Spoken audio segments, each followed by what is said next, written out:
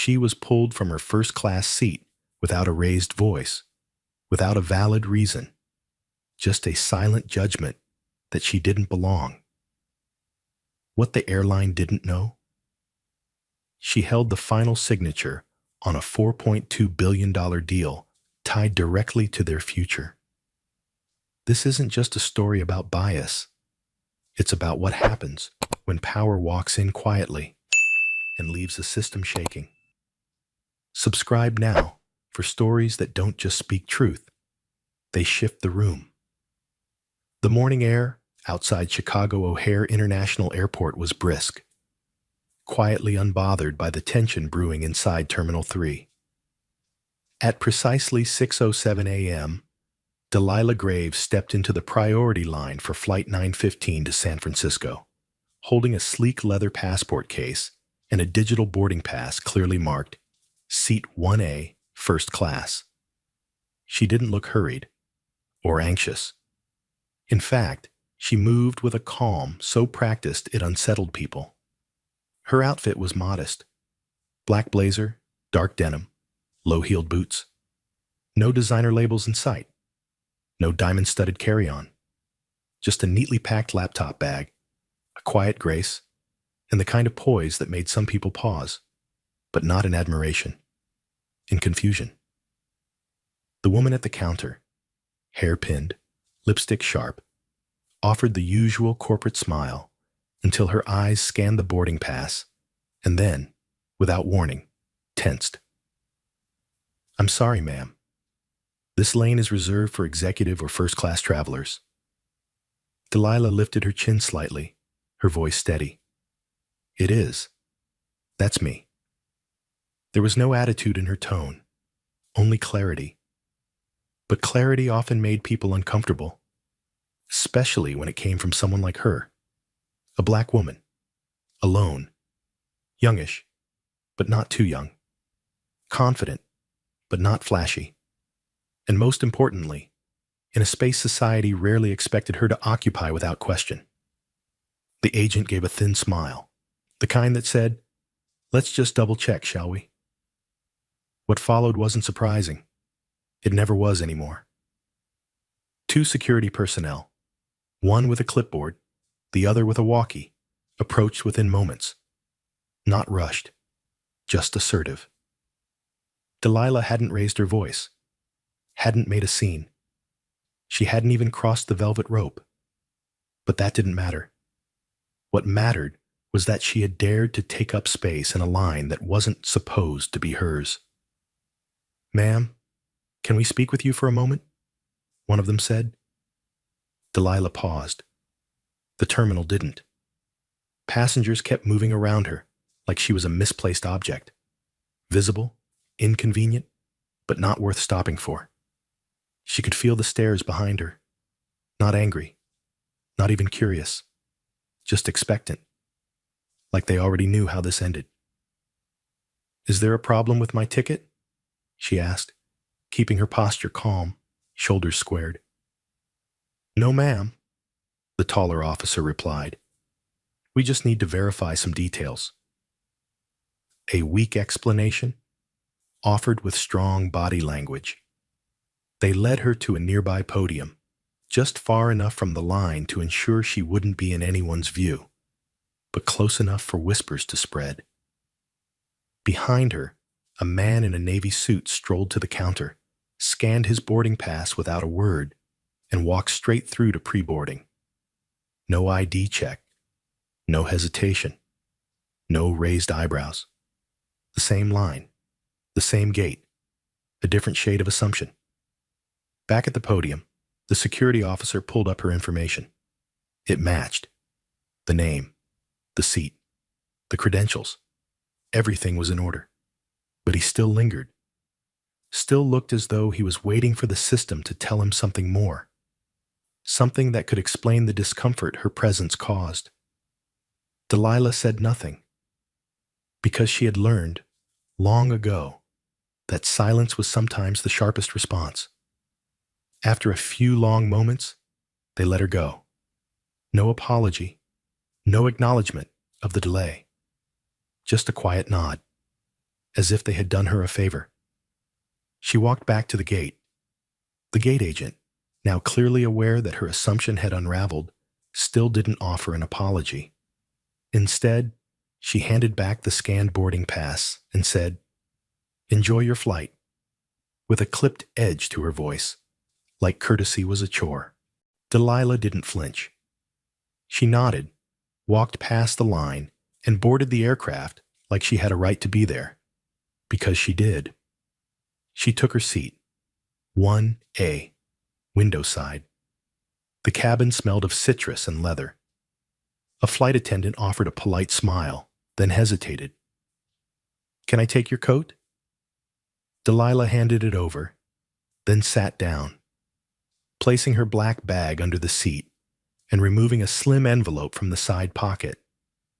She set it in her lap, lightly running her fingers over the gold seal. Her expression was unreadable, still, focused. She had no intention of eating the airline breakfast. She didn't want a mimosa or a hot towel. What she wanted was already in motion, long before she stepped into this terminal. They thought they had questioned her ticket, but what they had really questioned was her place in this world. And what they didn't know, what they couldn't possibly imagine, was that the woman they tried to quietly remove from first class was the silent executor of a $4 billion equity package tied directly to the parent company of the very airline she was flying. She wasn't a passenger. She was a test. 3 years ago, Delilah had been named the final authority on an equity trust fund established by her late grandmother, one of the first black women to sit on the board of a Fortune 100 transportation firm. Delilah was a strategist, a private partner in a discreet firm, and today she wasn't flying for leisure. She was flying for confirmation, to see the system up close, to document what still lingered under polished smiles and corporate slogans about inclusive skies. The boarding pass hadn't been a formality. It had been a question, and everyone around her had just answered it. The plane had barely reached cruising altitude when the atmosphere around Delilah began to change. It wasn't loud. It wasn't hostile. But it was deliberate, subtle, like the turning of a thermostat, dialed just enough to chill. She noticed it first in the way the flight attendant avoided eye contact when delivering service to the rows around her. Row 1, row 3, row 4, but not her, not seat 1, A. Then came the water bottles, handed to every other first-class passenger with a folded napkin and a smile. Her seat was skipped without a glance. Delilah remained still. She didn't clear her throat, didn't raise a hand. She had learned long ago that power didn't always come from demanding a tray table be wiped or a drink be delivered. Real power was the ability to make a room uncomfortable just by not leaving it. 20 minutes in, a young woman, tan uniform, sleek bun, walked past her row with the beverage cart. Her name tag read, K. Huxley. When she paused to offer champagne to the man across the aisle, Delilah waited for the pivot, for the offer that never came. When she finally spoke, her voice was even. "Excuse me, may I have a glass of water?" Huxley blinked, momentarily startled, as if Delilah had spoken out of turn in a silent movie. She recovered quickly, though her tone was clipped. "Oh, sure. Just a moment." A full 10 minutes passed. No water came. Delilah wasn't surprised. This wasn't about the beverage. It was about gatekeeping. Not the kind that blocks a door, but the kind that stands at it, asking questions it doesn't ask anyone else. It happened in airports, boardrooms, boutiques. It happened in neighborhoods with perfectly trimmed lawns, in elevators where silence tightened around a black woman in a suit. in voices that asked, "Are you sure you're in the right place?" with a smile sharp enough to cut. These weren't accidents. They were performances, scripted interactions designed to remind someone they were seen, but not welcome. That morning's delay at the gate had been Act 1. This was Act 2. Across the aisle, the man in 1B leaned back in his seat, removing his noise-canceling headphones.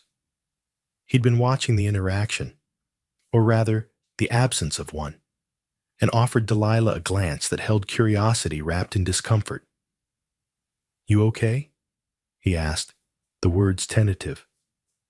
Delilah nodded, though her gaze didn't leave the window. "I'm used to it," she replied.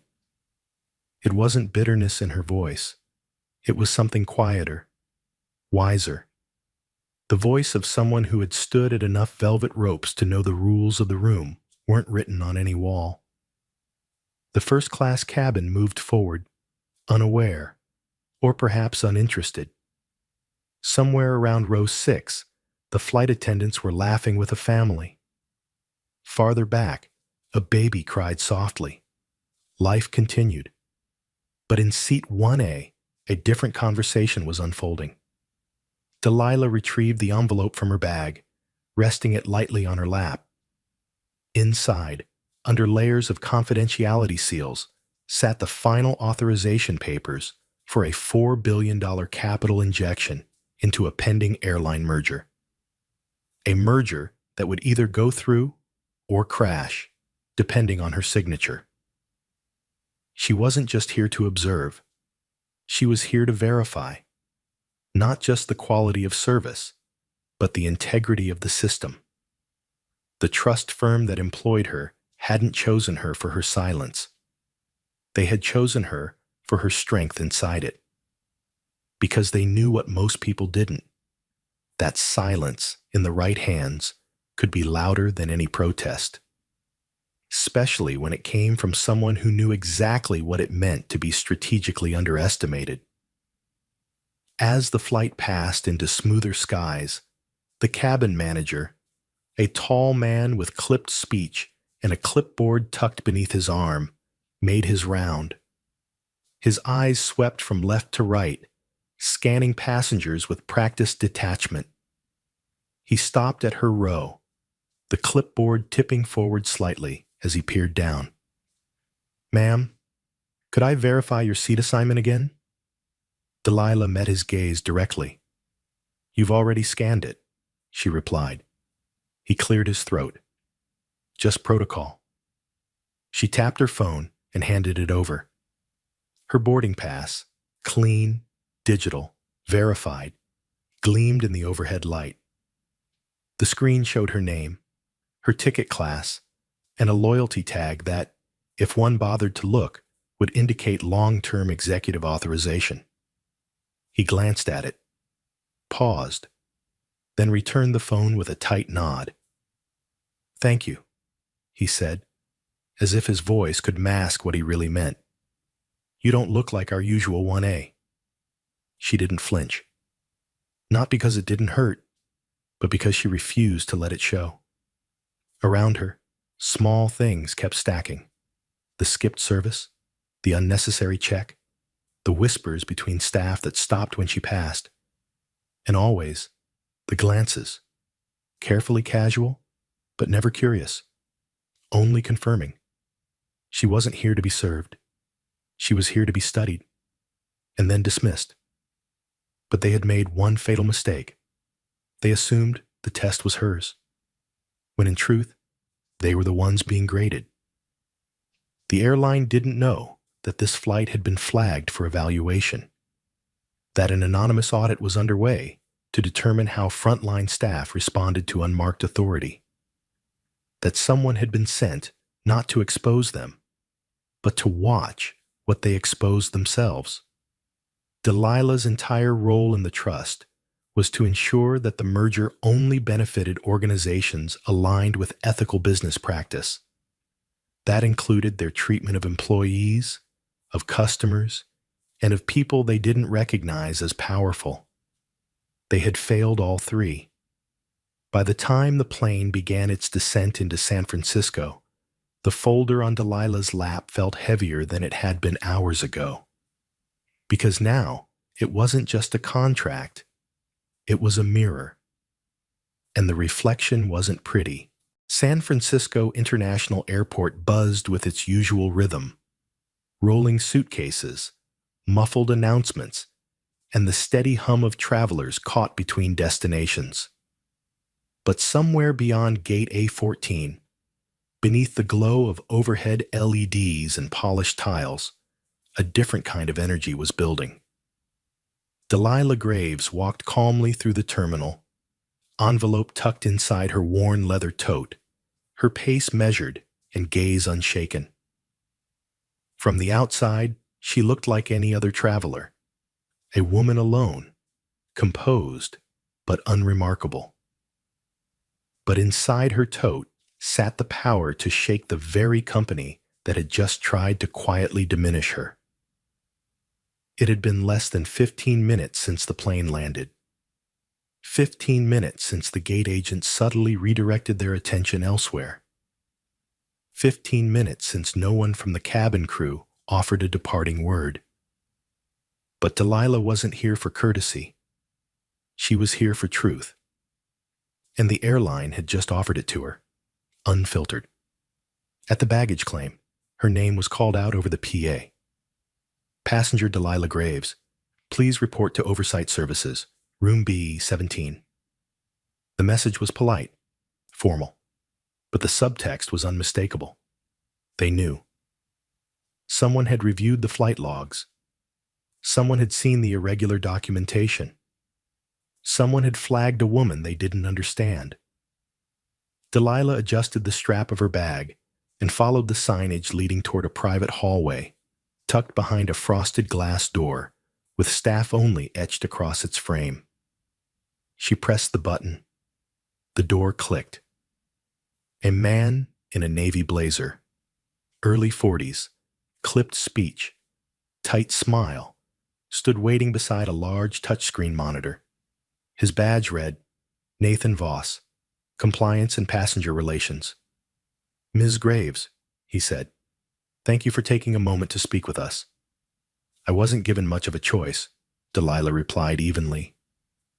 Voss blinked, smile faltering, then gestured toward a small conference room outfitted with 2 chairs, a desk, and a muted television playing silent footage of gate activity. We've had a few questions regarding your experience on board Flight 2039. Delilah sat, placing her tote, envelope still inside, firmly on the table. What kind of questions? Voss cleared his throat. There were multiple notations on your profile mid-flight. Several crew members raised concern over your behavior. My behavior? She asked, raising an eyebrow. Yes, Voss continued, his tone rehearsed. The internal log includes terms like unresponsive, non-participative, and disruptive to service flow. Delilah didn't laugh, but something in her expression shifted, like the wind before a storm. You mean I asked for water, twice, and didn't apologize for existing in seat 1? Ma'am, we don't base reports on assumptions, he said, holding firm. No, Delilah replied. You base them on perception. Which is exactly the problem. She opened her tote and placed the envelope on the table. This time, she slid it across to him. Voss didn't move immediately. He looked down, seeing the seal, the insignia, the faint shimmer of authority that didn't need to announce itself. Delilah leaned forward slightly. Inside that envelope is a final authorization tied to a $4.2 billion investment. One of your airline's 3 largest pending merger deals is contingent on it. And as of this morning, I was instructed by Eastbridge Financial to complete a quiet compliance verification as part of a last-stage audit. Voss froze.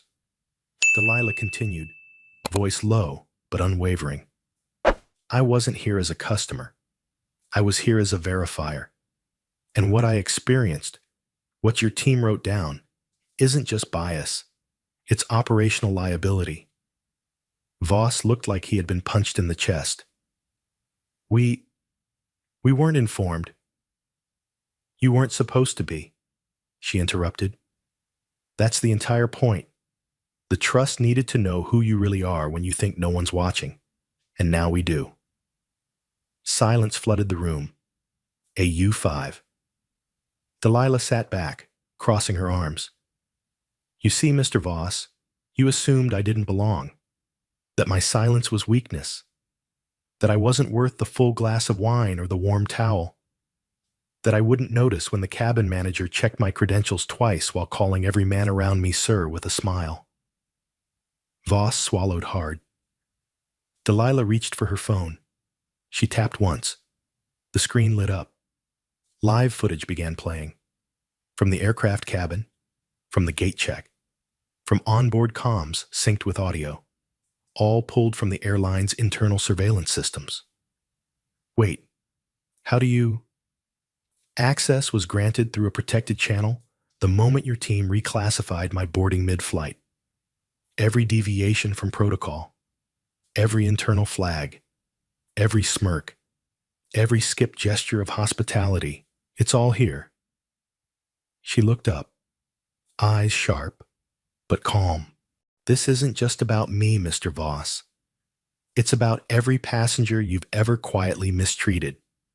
Every black woman who sat quietly in a seat she earned, only to be treated like an imposter. Every person you looked through because they didn't fit your idea of premium. Voss stood up, his hands slightly shaking. I'll need to call legal. No, Delilah said, standing as well. You'll need to call your CEO. She gathered her envelope and phone, placing both back into her tote. You pulled the wrong person off that flight, Mr. Voss. And now, your company will find out just how expensive assumptions can be. As she turned to leave, she paused at the door. Next time someone walks onto your aircraft with confidence and silence, don't assume she's lost. Assume she owns the silence. And then she was gone. Out into the concourse, back into the crowd.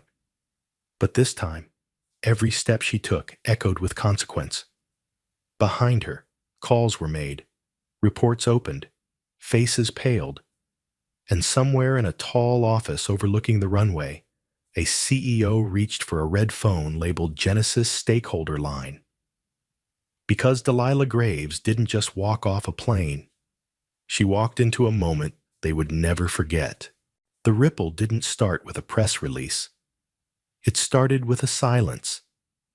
Not the polite kind whispered over intercoms or the practiced hush of corporate boardrooms. This was a heavy silence. The kind that falls over people when they realize they've been watched while they weren't pretending. The kind that settles over glass towers when a single decision, once believed invisible, comes roaring back in full view. At exactly 9:31 a.m., HavenJet Airline's internal compliance alert system lit up like a runway in fog. Stakeholder protocol breach. Level 3. Classification. Active. 2 minutes later, that same alert reached the office of CEO Martin Bellamy, who had just taken his second espresso shot of the morning and was prepping for a quarterly earnings call. The moment he saw the words, Stakeholder Identity Activated, Graves, Delilah, he stood so fast, his chair toppled backward. He knew the name. Everyone in leadership did. Delilah Graves wasn't a public figure. She didn't need to be. Her influence came in sealed documents, silent votes, and closed-door authorizations.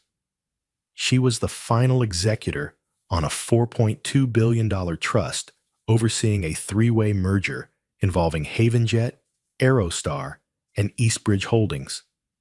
Her signature alone could greenlight or obliterate the entire deal. And they had just pulled her off a flight. Martin didn't need to ask why. He already knew. Downstairs, at the Airline's San Francisco terminal, chaos was quietly erupting. Word had reached the tarmac, the executive suite, and, most devastatingly, the compliance division. Every employee involved in Flight 2039 was being summoned, not with reprimands, with audits. The system had recorded everything. From the gate agent, who never looked up at Delilah's boarding pass, to the flight attendant, who skipped her twice during service, to the supervisor who tried to reassign her seat in the name of weight balance. They all made choices. And now, the weight of those choices had returned like gravity.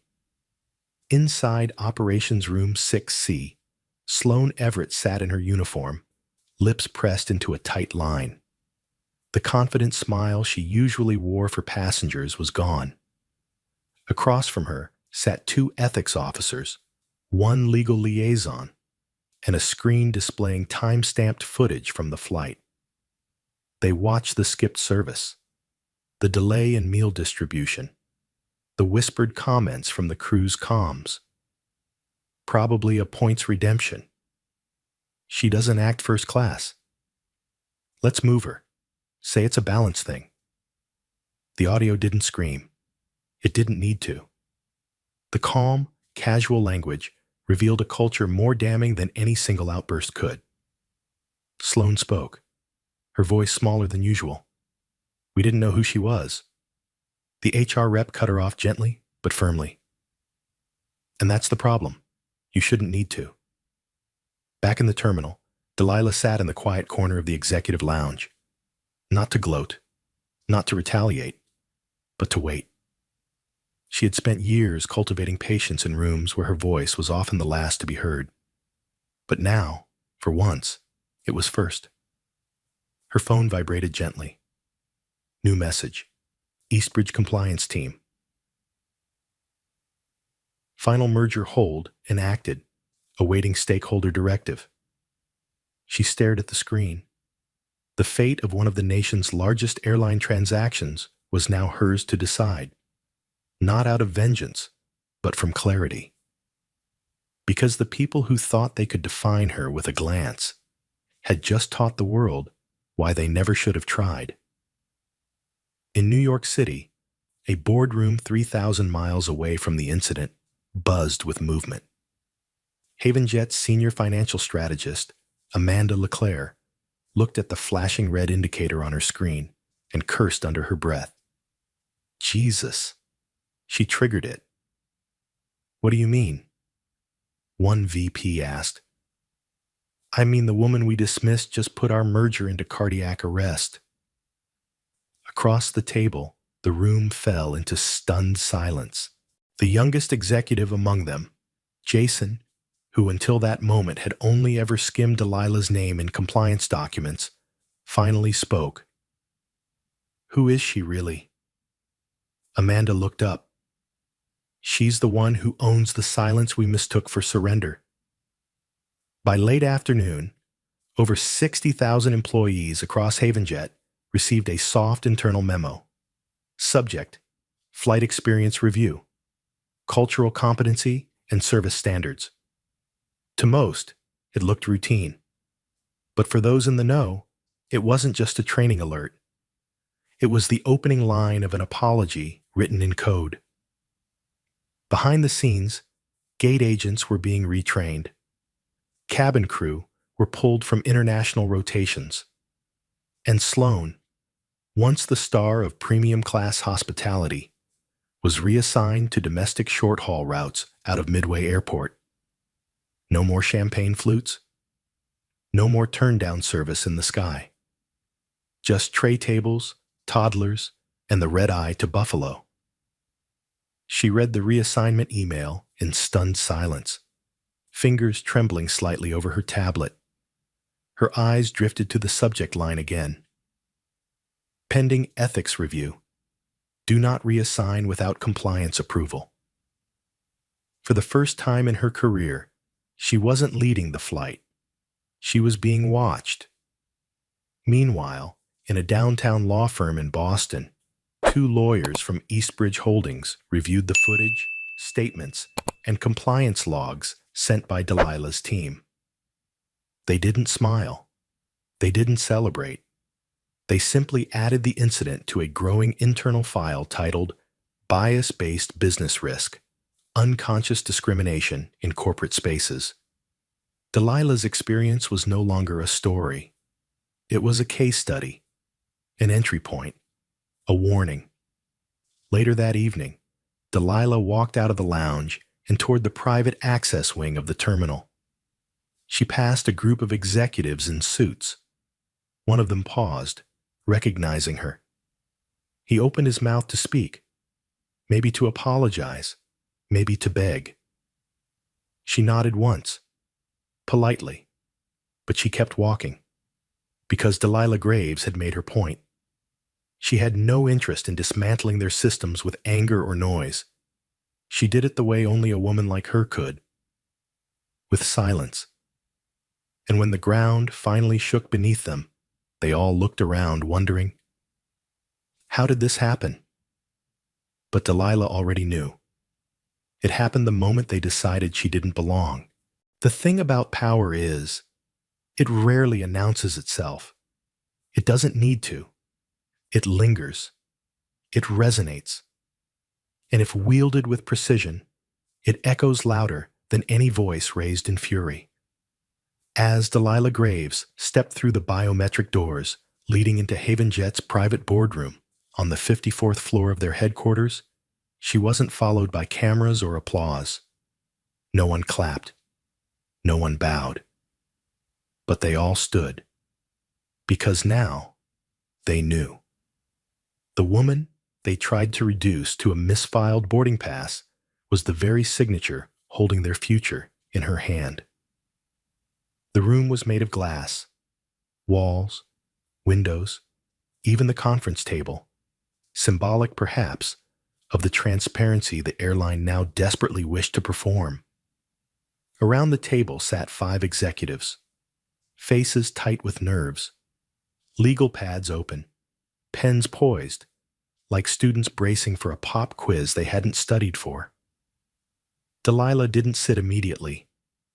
Instead, she placed the now famous envelope, still sealed with the red wax crest of Genesis Holdings, on the table. The air changed, not physically, energetically, like a tuning fork had been struck beneath the surface. Then finally she spoke. Her voice was soft, but no one missed a word. This isn't about me. Not anymore. The CEO across from her nodded slowly, unsure whether to speak. She didn't wait.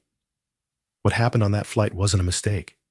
It was a pattern, a culture, a system built not on intent, but on indifference.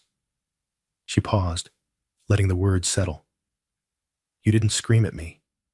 You didn't call me a name. You didn't curse. You just decided I didn't belong. And that's what makes it worse. No one dared interrupt. You see, I don't need your seat in first class. I don't need your warm towel or sparkling water. I don't even need your respect. What I do need, what the world needs, is for people like you to finally see who you overlook, who you erase. She reached into her tote and removed a second document, thinner than the first, but with just as much weight. This is an addendum to the merger agreement. It outlines new compliance structures, third-party audits, and cultural accountability measures, written not as an apology, but as a condition of funding, of partnership, of future. The CEO leaned forward, swallowing hard. Are we being given a chance to correct this? Delilah tilted her head, just slightly. Number. You're being given a chance to start over, and starting over begins with telling the truth. She stood, slid the documents forward, and turned to leave. Just before the glass door closed behind her, she added quietly, "This echo doesn't stop in your boardroom. It's going to travel through airports, offices, schools, anywhere a person's silence has been mistaken for insignificance." Outside, the city moved like it always had, fast, impersonal, unbothered. But inside, something had shifted. The story of Delilah Graves would travel, not through headlines, but through the quiet corridors of decision-makers forced to reevaluate who they judged by face and silence. It would be whispered at conferences, cited in DEI training, retold over coffee and closed-door meetings. And maybe one day, a young black woman with a boarding pass wouldn't be doubted. Maybe she'd be welcomed. Or better yet, left alone in peace to just be. What happened to Delilah Graves on that flight wasn't just a misunderstanding. It was a mirror. A mirror held up to a system that still, in so many ways, runs on quiet prejudice, on the unchecked biases that never scream, never curse, but silently deny. A boarding pass was questioned, not because it was invalid, but because the woman holding it didn't fit someone's idea of what power should look like. She didn't shout. She didn't fight back in the way they expected. Instead, she watched. She waited. She let them reveal themselves. And when it was time, she let the truth speak. Not with noise, but with consequences. This story isn't just about an airline. It's about every hallway where someone has been overlooked. Every classroom where a child has been underestimated. Every boardroom where a qualified voice was silenced before it ever got to speak. We live in a world where people still carry assumptions heavier than facts, where calmness is mistaken for submission, where professionalism is demanded from the oppressed, but not required from the ones who do the oppressing. But Delilah's story teaches us something else. It teaches us that true strength doesn't need to perform. It doesn't beg for recognition. It doesn't need to shout to be heard. True strength walks into a system designed to erase it and makes that system remember its name. The real power was never in the ticket. The most powerful part of Delilah's story is this. She didn't buy a seat to feel important. She bought it to remind a system that power doesn't need to look like a business suit or speak in polished legalese. Sometimes it wears sneakers.